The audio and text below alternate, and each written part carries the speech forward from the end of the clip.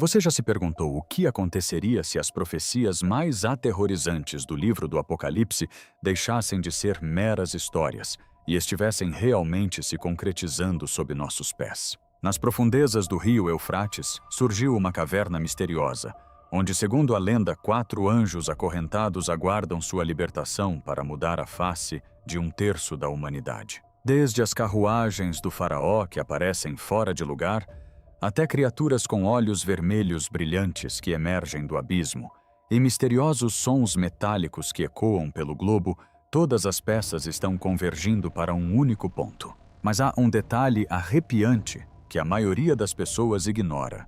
Um detalhe que pode mudar completamente a sua compreensão do que está por vir. Será este o início do maior evento da história, o retorno de Jesus Cristo. Reserve um momento.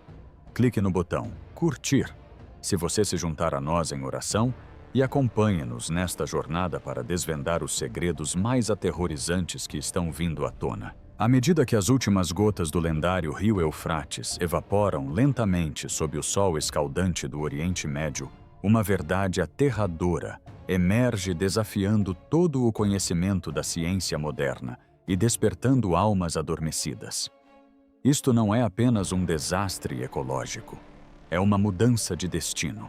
Este rio mencionado desde as primeiras páginas do livro do Gênesis como um dos 4 rios que fluíam do Jardim do Éden, está agora secando, expondo segredos que Deus ordenou que fossem enterrados há milênios. Ao observarmos o leito rachado do rio, vemos não apenas lama, mas também as fissuras do tempo onde antigas profecias começam a despertar. Nas profundezas dos sedimentos fossilizados da bacia, uma equipe de pesquisadores adentrou um espaço cuja própria existência era considerada impossível. Uma caverna subterrânea, selada por enormes lajes de pedra, ostentando a marca de uma técnica de construção muito além do alcance da humanidade antiga. Quando a pesada porta de pedra foi movida, o ar frio da terra escapou carregando o aroma da eternidade e um medo primordial. Na câmara principal, os feixes de luz das lanternas revelaram paredes cobertas por uma escrita nunca antes vista. Não era cuneiforme suméria, nem hieróglifos egípcios, mas símbolos carregados de energia e ameaça. No centro daquele espaço silencioso, erguiam-se 4 enormes pedestais de pedra, cada um preso por correntes de ferro que mostravam sinais de violenta tensão. Essas correntes não apenas restringiam a matéria, pareciam ter sido concebidas para aprisionar entidades pertencentes a outra dimensão. Isso nos leva imediatamente de volta a uma das profecias mais aterrorizantes do Novo Testamento. Apocalipse 9, 13 a 15 registra uma cena assombrosa quando a 6ª trombeta soa. O 6º anjo tocou a sua trombeta e ouvi uma voz que vinha dos 4 chifres do altar de ouro diante de Deus, dizendo ao 6º anjo que tinha a trombeta: solta os 4 anjos que estão presos junto ao grande rio Eufrates. E os 4 anjos que haviam sido preparados para aquela hora, dia, mês e ano, foram soltos para matar 1/3 da humanidade. Considere a precisão arrepiante disso. A Bíblia não fala de anjos gloriosos pairando ao redor do trono, mas de seres que estão aprisionados. No grego original, a palavra lisen, que significa libertar, implica o desatar de uma força que foi deliberadamente reprimida. O aparecimento de 4 pedestais de pedra com correntes quebradas sob o Eufrates não pode ser uma mera coincidência. Isso sugere que estamos vivendo exatamente na hora, no dia, no mês e no ano que a história cósmica determinou. Por que o Eufrates? Ao longo das Escrituras, esse rio marca a fronteira entre o povo de Deus e os poderes rebeldes. É a fronteira da Terra Prometida, mas também o berço da Babilônia, símbolo de orgulho e desafio a Deus. O fato de os 4 anjos terem sido aprisionados aqui indica que o Eufrates funciona como uma gaiola de ferro espiritual, uma fronteira que separa o mundo humano das forças destrutivas do abismo. As esculturas nas paredes da caverna retratam seres alados, contorcendo-se seus rostos desprovidos de serenidade, carregando, em vez disso, o ódio dos caídos. Esses são os vigilantes mencionados no livro de Enoque e na epístola de Judas, aqueles que abandonaram sua posição sagrada para semear o caos na terra. Sua presença nesta caverna é um lembrete de que o mal nunca desaparece por completo. Ele apenas é mantido sob controle até o tempo do julgamento. Mais adiante, por uma passagem estreita atrás da câmara principal, os exploradores fizeram uma descoberta ainda mais chocante, um cadáver preservado em condições quase perfeitas, porém com características biológicas nada comuns. O ser era extraordinariamente alto, com uma estrutura esquelética estranhamente robusta, envolto em sudários bordados com padrões misteriosos. Ao redor dos restos mortais, havia objetos rituais como facas de obsidiana e tabuletas de pedra com inscrições de antigos decretos. Teólogos que examinaram essa evidência imediatamente a relacionaram a Gênesis 6:4. Naqueles dias e depois havia gigantes na terra, porque os filhos de Deus se uniram às filhas dos homens, e elas lhes geraram filhos. Esses eram os valentes que houve na antiguidade, homens de renome. O surgimento dos Néfilins não é apenas uma lenda sobre gigantes, mas uma corrupção tanto genética quanto espiritual. De acordo com textos antigos do livro de Enoque, os anjos caídos ensinaram à humanidade feitiçaria, fabricação de armas e conhecimento proibido, levando a um estado em que toda inclinação dos pensamentos do coração humano era continuamente má. Gênesis 6:5. A entidade encontrada nesta caverna pode ser um dos últimos Nefilins, ou um sumo sacerdote da era pré-diluviana que tentou usar rituais sombrios para abrir o abismo. A colocação deliberada deste cadáver perto da prisão dos 4 anjos indica uma forte ligação entre o pecado passado e o julgamento futuro. Ele serve como um registro temporal em carne e osso, lembrando-nos de que o que aconteceu nos dias de Noé está se repetindo. Jesus advertiu em Mateus 24:37. Assim como foi nos dias de Noé, também será a vinda do Filho do Homem. A decadência moral da carne, a adulteração da ordem natural e a indiferença aos avisos são sinais que agora vemos com mais clareza do que nunca. Mas as revelações não terminam aí. O Eufrates também revelou um artefato anacrônico, uma roda de carro de bronze com o desenho característico das antigas peças militares egípcias. Mergulhadores a encontraram nas profundezas do Lodo Negro, incrustada de minerais, mas com sua estrutura de 6 raios ainda visível, o tipo de carro de guerra que era o orgulho e o símbolo do poderio militar do faraó. Surge então a questão: por que uma roda de carro egípcio estaria no Eufrates, longe das rotas usuais de um êxodo a milhares de quilômetros de distância? Para entender isso, precisamos analisar a situação sob a perspectiva do julgamento divino. Em Êxodo 14, quando o exército do faraó perseguiu Israel até o Mar Vermelho, as Escrituras registram que Deus fez com que as rodas de seus carros se soltassem, dificultando a condução dos veículos. Uma roda de carroça não é meramente uma ferramenta de guerra. Ela personifica o orgulho, a crença de que o poder militar pode sobrepujar a vontade de Deus. Encontrar este artefato sob o Eufrates, um rio, agora no limiar do julgamento final, carrega um profundo significado espiritual. É uma mensagem que transcende o tempo todo. Reino terreno, por mais poderoso que seja com seus carros de guerra e armamentos avançados, será subjugado quando confrontado com a autoridade do Criador. Se o Mar Vermelho foi o lugar onde Deus humilhou o orgulho de um império para redimir um povo, o ressecamento do Eufrates sinaliza que ele está se preparando para humilhar o orgulho do mundo inteiro e estabelecer seu reino eterno. Esta roda de carruagem enterrada é um aviso frio. Aquilo que os humanos usaram para se opor a Deus se tornará seu próprio túmulo. A convergência dessas descobertas exerce uma pressão espiritual sobre qualquer um que as observe. Vemos uma prisão para seres sobrenaturais, os restos de uma raça amaldiçoada e as ruínas do poder militar humano subjugado. Tudo jaz sob um rio que está morrendo. Isto não é mera arqueologia. É o desdobramento da justiça eterna. Judas 1,6 relembra: "E aos anjos que não guardaram o seu domínio, mas abandonaram a sua própria morada, ele os tem guardado em cadeias eternas na escuridão para o juízo do grande dia." As correntes encontradas pelos arqueólogos são essas mesmas correntes eternas. E à medida que as águas do Eufrates recuam, parece que esse lugar de trevas está sendo revelado à humanidade não por curiosidade, mas para nos horrorizar e nos reconduzir ao caminho certo.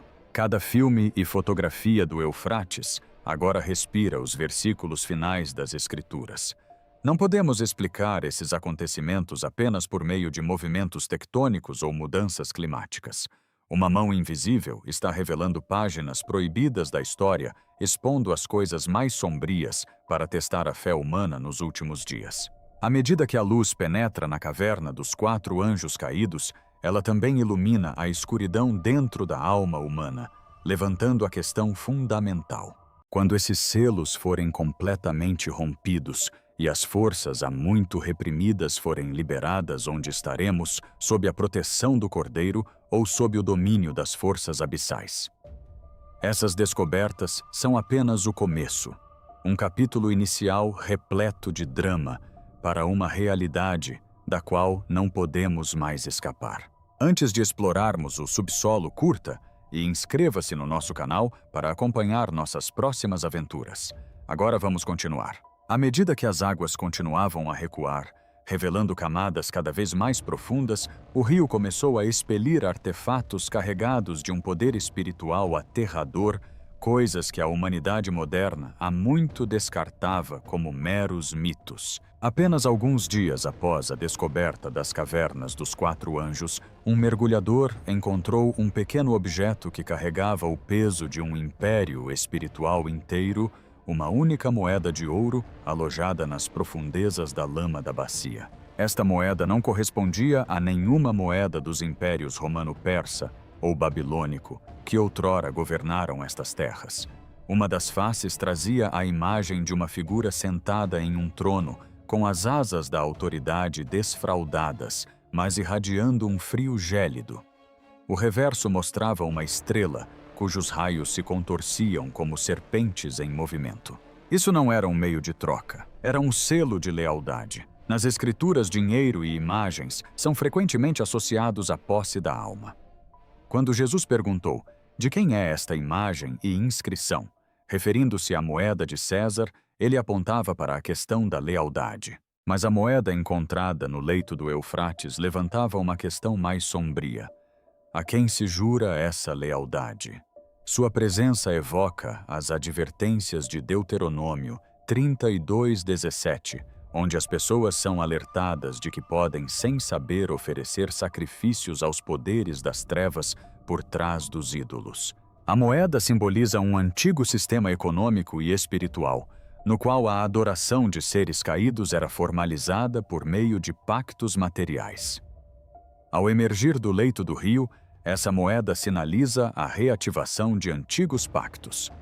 Estaremos nos aproximando de um tempo em que o poder de comprar e vender estará novamente atrelado a um símbolo de lealdade como previsto em Apocalipse 13. O surgimento dessas relíquias não é mera arqueologia. É a revelação de portais espirituais que a humanidade abriu há muito tempo. O verdadeiro terror se espalhou quando circularam relatos de uma criatura viva emergindo das águas turvas do Eufrates. Testemunhas descreveram uma besta de quase 10 metros de comprimento, com a pele revestida como uma armadura e os olhos brilhando como brasas. Não era um crocodilo comum. Seus movimentos carregavam a brutalidade e a força de um monstro primitivo. Ao confrontar essa criatura, é impossível não se lembrar de Gênesis 6:12. Deus viu a terra, e eis que estava corrompida, porque toda a humanidade havia corrompido o seu caminho sobre a terra. A expressão hebraica traduzida como toda a carne faz mais do que condenar a moralidade humana. Ela fala de uma alteração distorcida da ordem biológica. Antes do dilúvio, a interferência dos anjos caídos produziu híbridos e criaturas deformadas que violaram a santidade da criação. Esses seres foram a razão pela qual Deus usou o dilúvio para purificar a terra. O surgimento de uma besta do Eufrates seco é um aviso vívido. O que as águas outrora sepultaram agora está exposto. Isso personifica o caos e sinaliza que a fronteira entre este mundo e o abismo está se tornando cada vez mais tênue. Se criaturas portadoras da marca da antiga corrupção estão retornando à humanidade, enfrentam um confronto não apenas armado, mas também espiritual. O ápice dessas descobertas ocorreu com o surgimento de uma estátua de Baal na entrada da caverna dos 4 anjos. O ídolo de pedra estava sentado em um trono coroado com chifres, com as mãos estendidas como se aguardasse oferendas. Na história bíblica, Baal não é apenas um nome. É a personificação do mais insidioso engano espiritual. Sob o reinado de Acabe e Jezabel, a adoração a Baal mergulhou Israel em rebelião e colapso moral.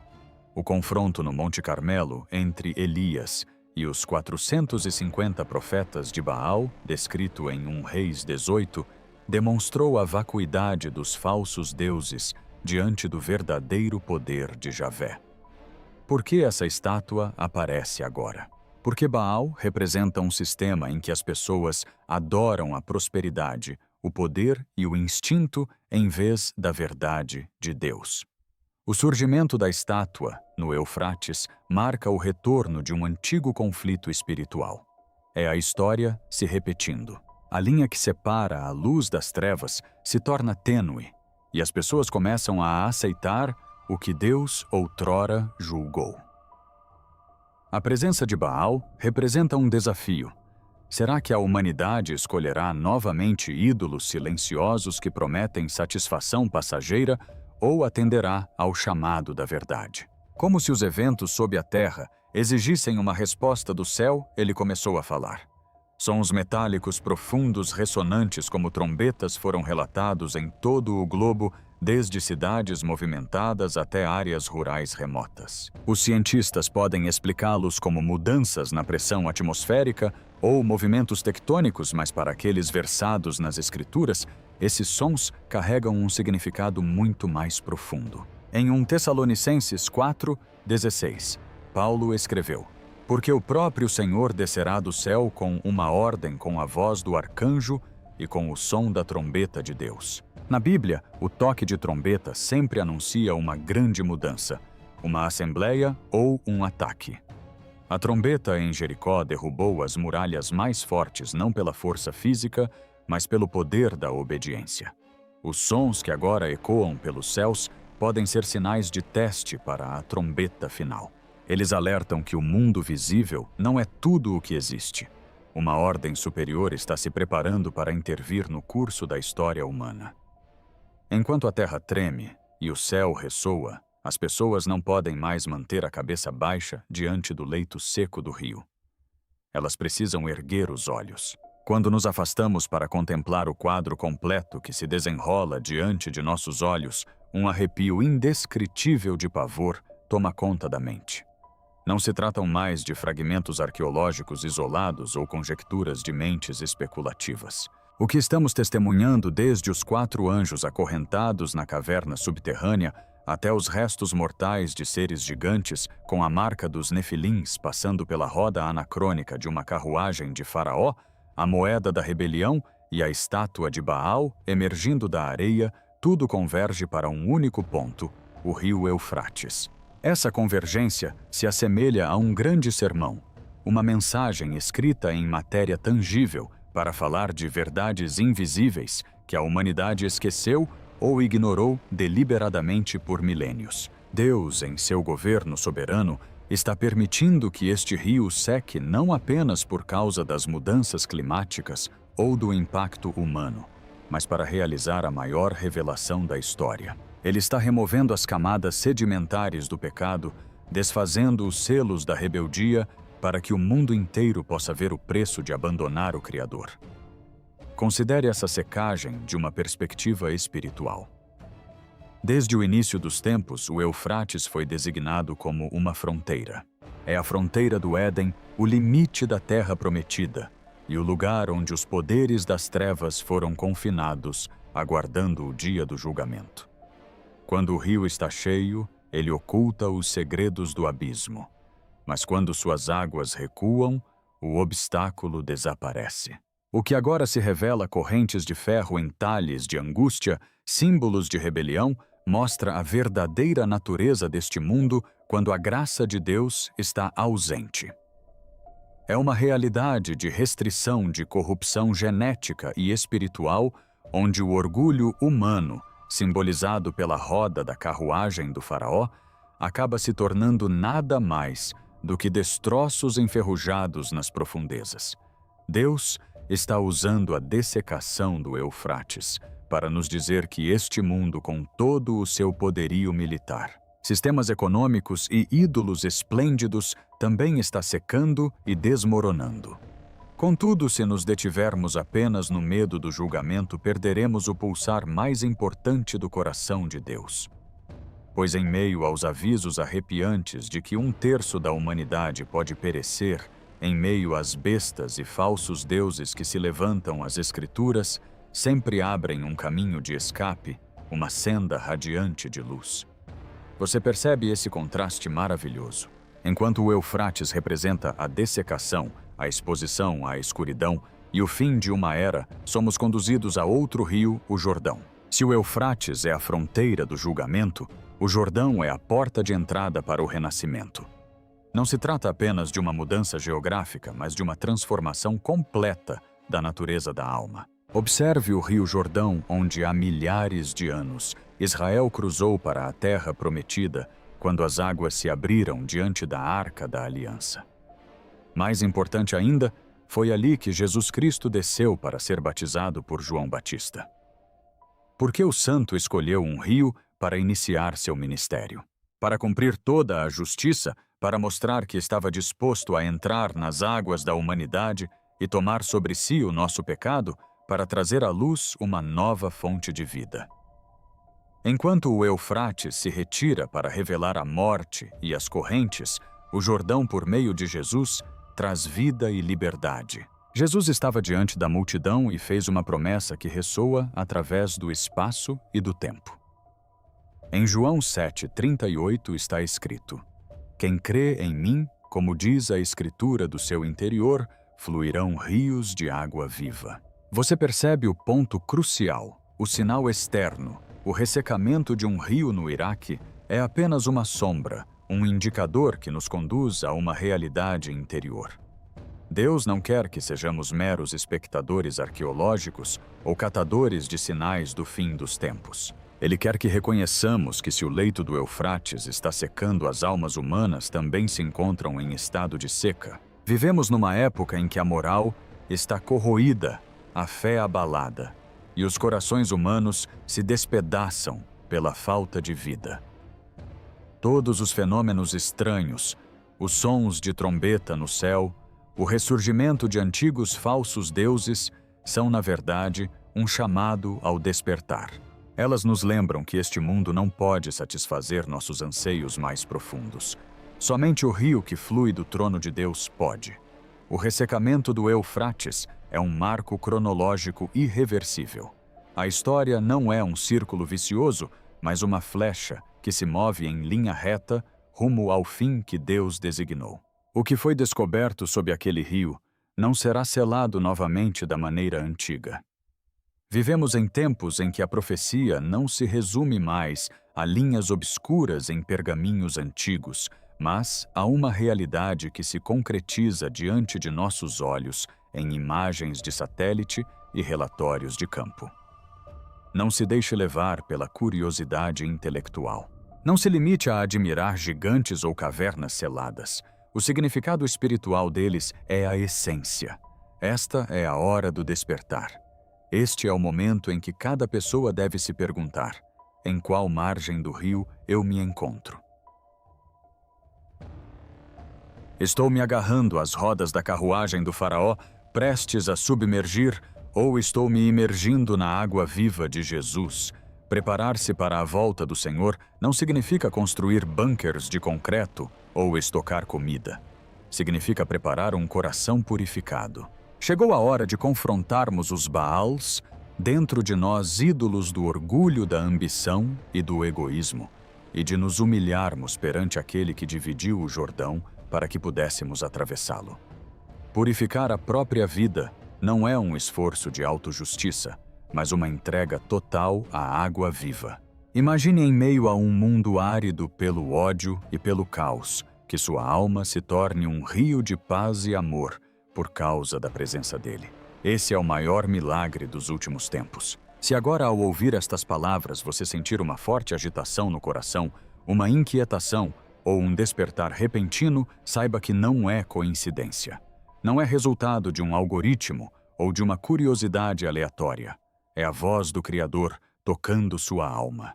Enquanto o mundo estremece e antigas estruturas desmoronam, ele está chamando seu nome. Ele está usando as descobertas sob o Eufrates como um último alerta, não para levá-lo ao desespero, mas para incitá-lo a buscar a verdadeira paz, uma paz que nenhum sistema político, economia ou poder terreno pode conceder ou tirar. O mundo pode estar se aproximando de suas horas mais sombrias, quando o julgamento cairá como uma tempestade imparável. Mas lembrem-se disto para aqueles que encontraram refúgio em Jesus, para aqueles que permanecem firmes na fé com rios de água viva fluindo em seu interior. A escuridão do mundo sinaliza que o alvorecer da salvação está próximo. As Escrituras não nos dizem para temer quando vemos essas coisas. Elas dizem: levantem a cabeça, porque a redenção de vocês está próxima. Lucas 21:28. Que a seca do Eufrates lhe lembre que todas as coisas terrenas são temporárias.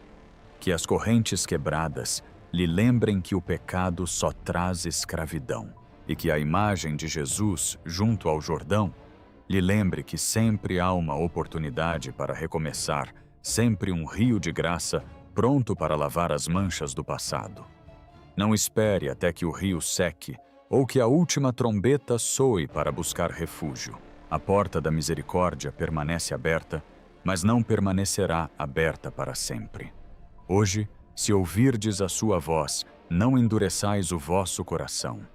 Que a vossa admiração pelos mistérios do Eufrates se transforme em reverência pela autoridade de Deus. Deixe que sua curiosidade sobre gigantes se transforme em um anseio por ser conformado a Cristo. A salvação não depende do quanto sabemos sobre o futuro, mas de a quem pertencemos nesse futuro. Prepare seu coração, purifique sua alma e esteja pronto, pois o reino de Deus está muito próximo às portas.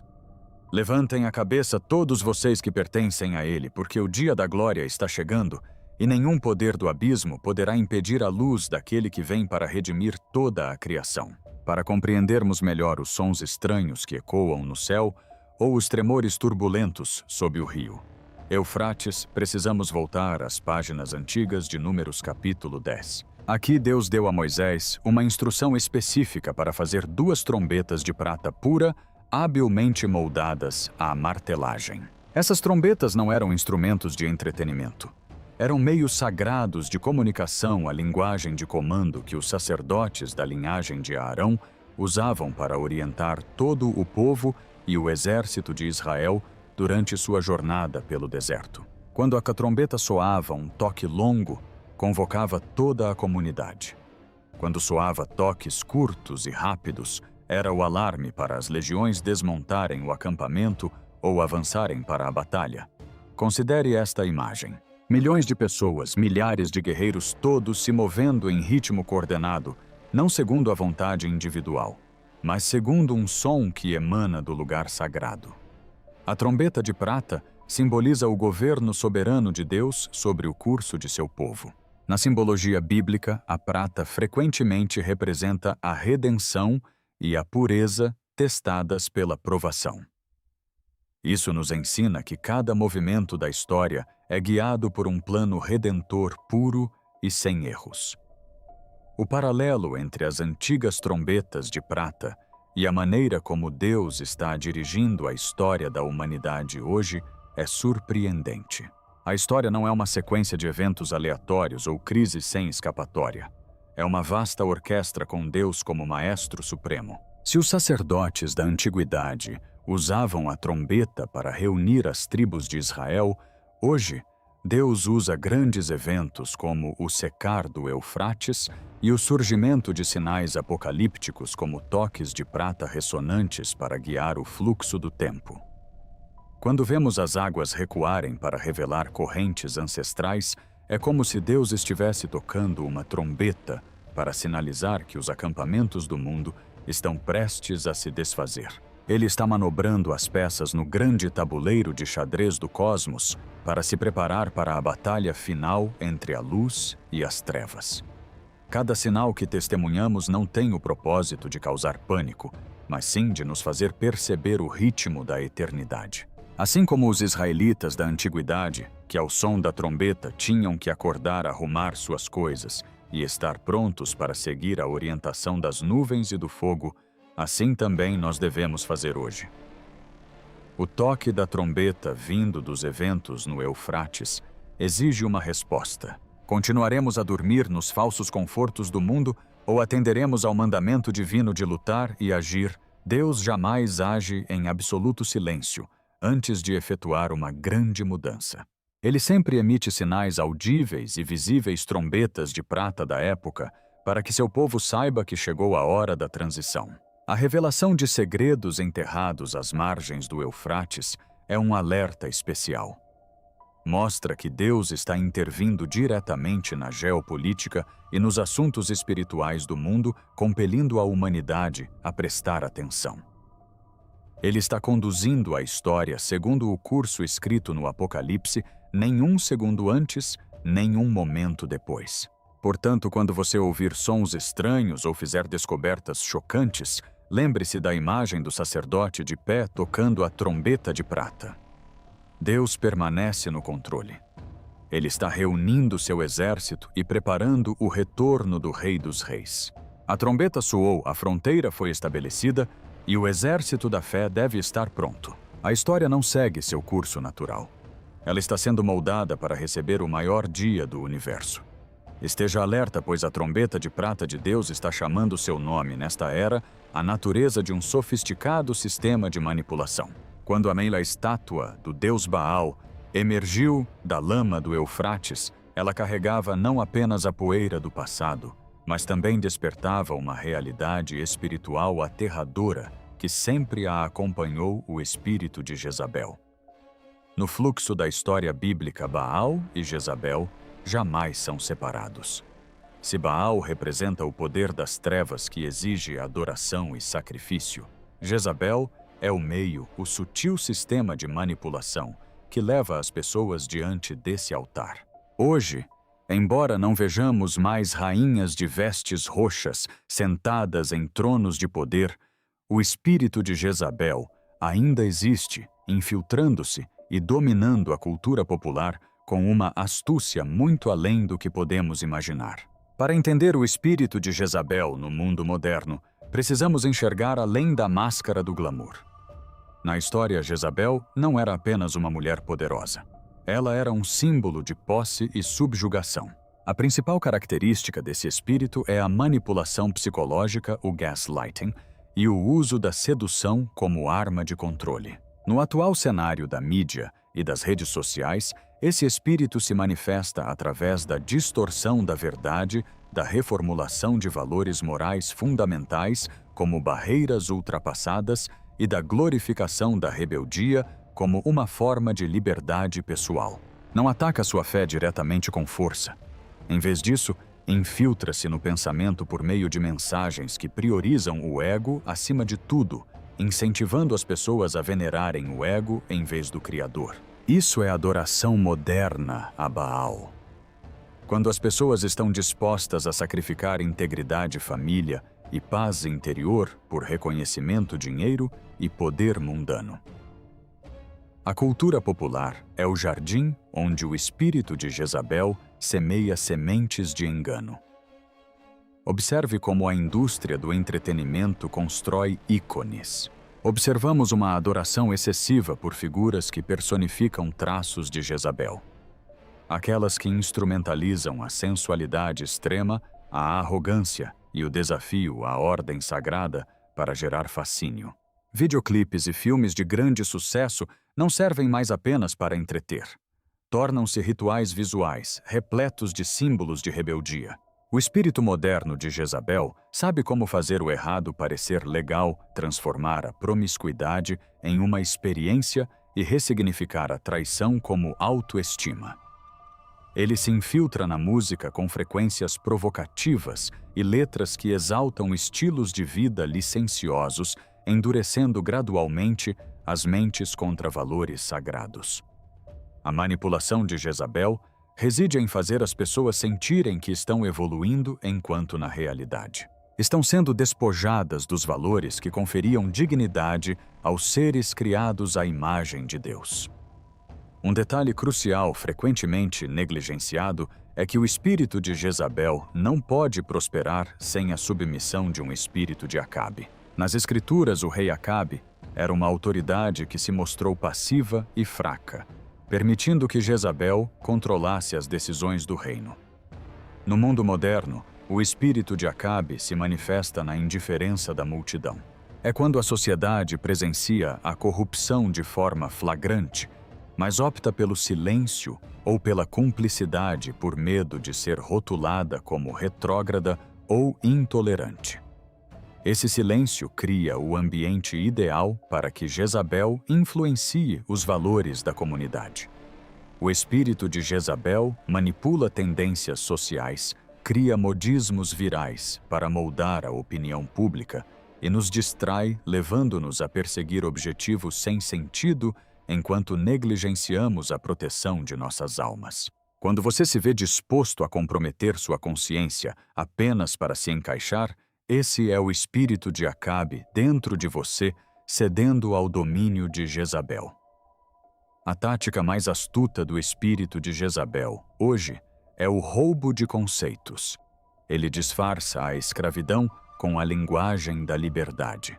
Diz que você tem o direito de dominar seu corpo e alma como quiser, mas omite o custo, o vazio e a solidão absoluta. Assim Jezabel lidou com os profetas de Israel.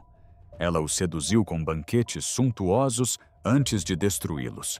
Hoje esse banquete é a promessa de uma vida sem limites, julgamento ou Deus. Mas à medida que as estátuas de Baal começam a surgir do Eufrates, somos lembrados de que toda ilusão tem um fim.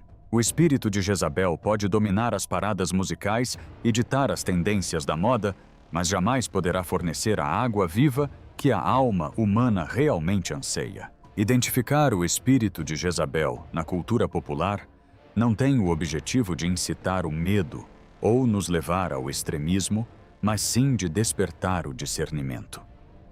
Precisamos de um discernimento espiritual aguçado para distinguir a arte genuína das ferramentas de manipulação. Ao assistir a um programa, ouvir uma música ou seguir um influenciador, pergunte-se: para onde essa mensagem está me levando? Ela me faz amar e obedecer mais a Deus ou faz com que a rebeldia pareça admirável? O espírito de Jezabel teme a luz da verdade. Assim como o profeta Elias se posicionou no Monte Carmelo e desafiou o silêncio de Baal, nós devemos nos firmar no fundamento da verdade para destruir as ilusões que Jezabel ergue. O ressecamento do Eufrates e a revelação da estátua de Baal alertaram que a era do engano está chegando ao fim. Tudo o que se constrói sobre manipulação e falsidade em breve ruirá diante da glória daquele que há de vir. Por fim, a única maneira de vencer o espírito de Jezabel não é pela força humana, mas buscando a presença de Jesus Cristo. Somente a sua santidade pode remover a máscara da sedução tóxica. Quando você deixa o rio da vida fluir através de você, as moedas de ouro da rebelião e as estátuas de Baal perderão o poder sobre você. Erga a cabeça, mantenha seu coração puro em meio a uma cultura decadente, pois o verdadeiro vencedor está próximo, e seu poder esmagará o orgulho de Jezabel sob seus pés. Obrigado por assistir a este vídeo até o final. Se esta história te fez refletir, não se esqueça de curtir, compartilhar e se inscrever no canal para acompanhar as próximas revelações.